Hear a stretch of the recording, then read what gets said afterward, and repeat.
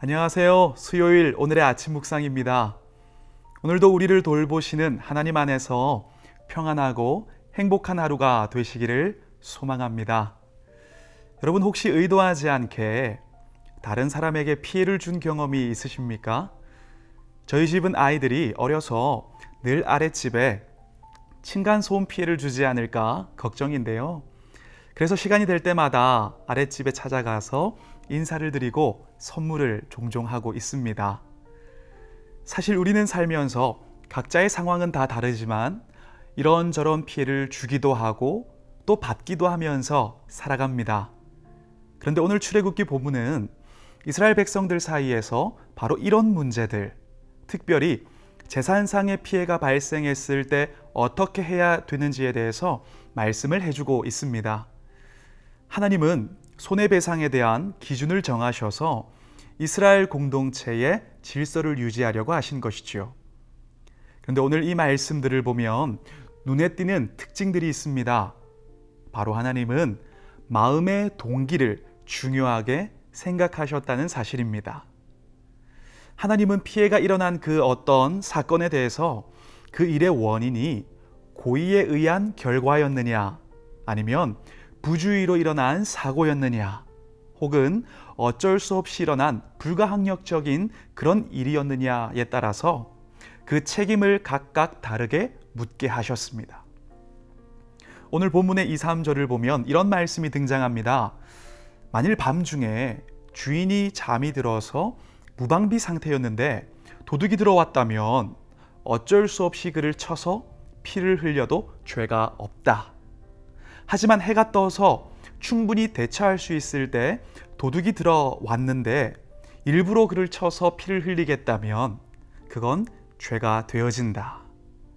그 마음에 그 일을 행한 동기와 중심을 보신 것이죠. 여러분, 세상은 얼마나 많은 피해를 주었는가 보이는 결과와 드러내게 된 결론에 주목합니다.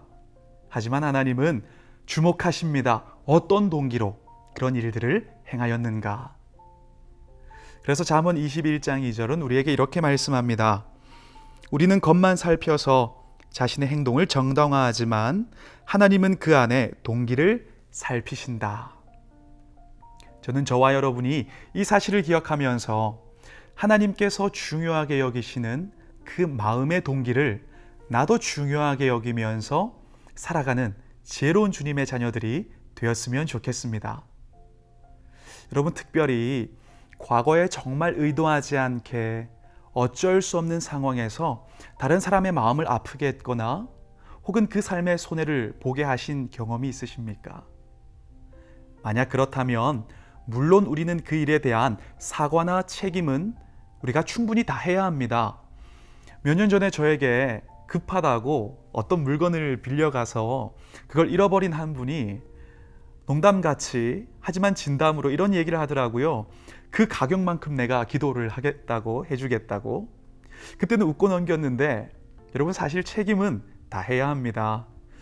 오늘 본문에서도 하나님께서 계속 반복하시는 말씀이 손해를 보게 했다면 그 정도에 맞게 배상하라는 것입니다.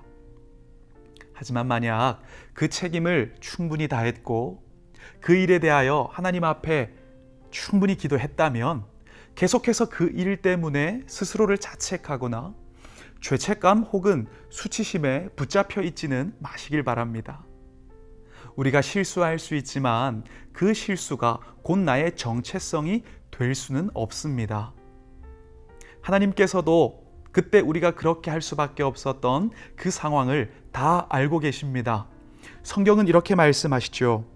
주께서 나의 앉고 일어섬을 아시며 멀리서도 나의 생각을 통촉하시오며 나의 길과 눕는 것을 감찰하시며 나의 모든 행위를 익히 아시오니 여호와여 내 혀의 말을 알지 못하는 것이 하나도 없으시니이다. 여러분, 우리가 이 말씀을 잘못 오해하면 하나님께서 나의 생각과 말과 행동을 다 알고 계시니 너무 부담스럽다고 여길 수 있지만, 하지만 여러분, 한 번만 더 생각해 보면 이 사실이 우리에게 너무 큰 위로가 되어지는 것을 느낄 수가 있습니다. 세상이 나를 오해하고 평가하고 사람들이 손가락질해도 그 누구도 나의 본심을 몰라줘도 하나님은 말씀하십니다. 실수해도 괜찮아. 내가 다 알고 있으니까. 여러분, 물론 우리는 그 반대의 경우도 늘 점검을 해야 하겠지요. 우리가 살아가면서 상대방에게 설령 물리적인 큰 피해를 주지 않았다고 해도 하나님 보시기에 정말 선하지 않은 동기로 그 마음을 품었고 또 그 일을 행했다면 여러분, 우리는 우리 마음의 동기를 살펴보아야 할 것입니다.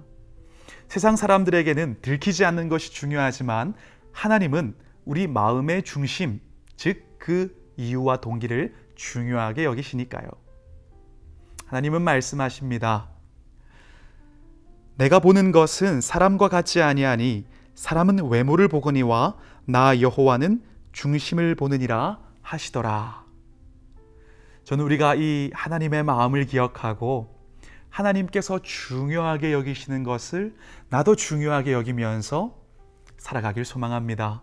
우리가 어디에서 무엇을 하든지 하나님을 사랑하는 마음으로 하나님 앞에서 마음을 지키며 우리가 함께 살아갔으면 좋겠습니다. 당장은 그 삶들이 그냥 다 흘러가는 것 같지만 하나님은 기억하시고 하나님의 때에 우리의 삶의 선한 열매로 맺어지게 하는 것을 우리에게 경험하게 하실 것입니다. 우리 그 마음을 가지고 오늘 하루도 승리하는 우리 꿈의 가족들이 되시기를 축복합니다. 기도하겠습니다. 사랑의 하나님, 우리는 늘 흔들리고 연약하지만 그럼에도 하나님 앞에서 주님을 주목하며 마음의 중심을 지키고 살아가기로 힘쓰게 하시고 그때 우리를 도우시는 하나님의 그 크신 은혜로 하나님 앞에서 승리하는 우리의 삶을 살아갈 수 있도록 주님 함께하여 주시옵소서. 예수 그리스도 이름으로 기도드립니다. 아멘.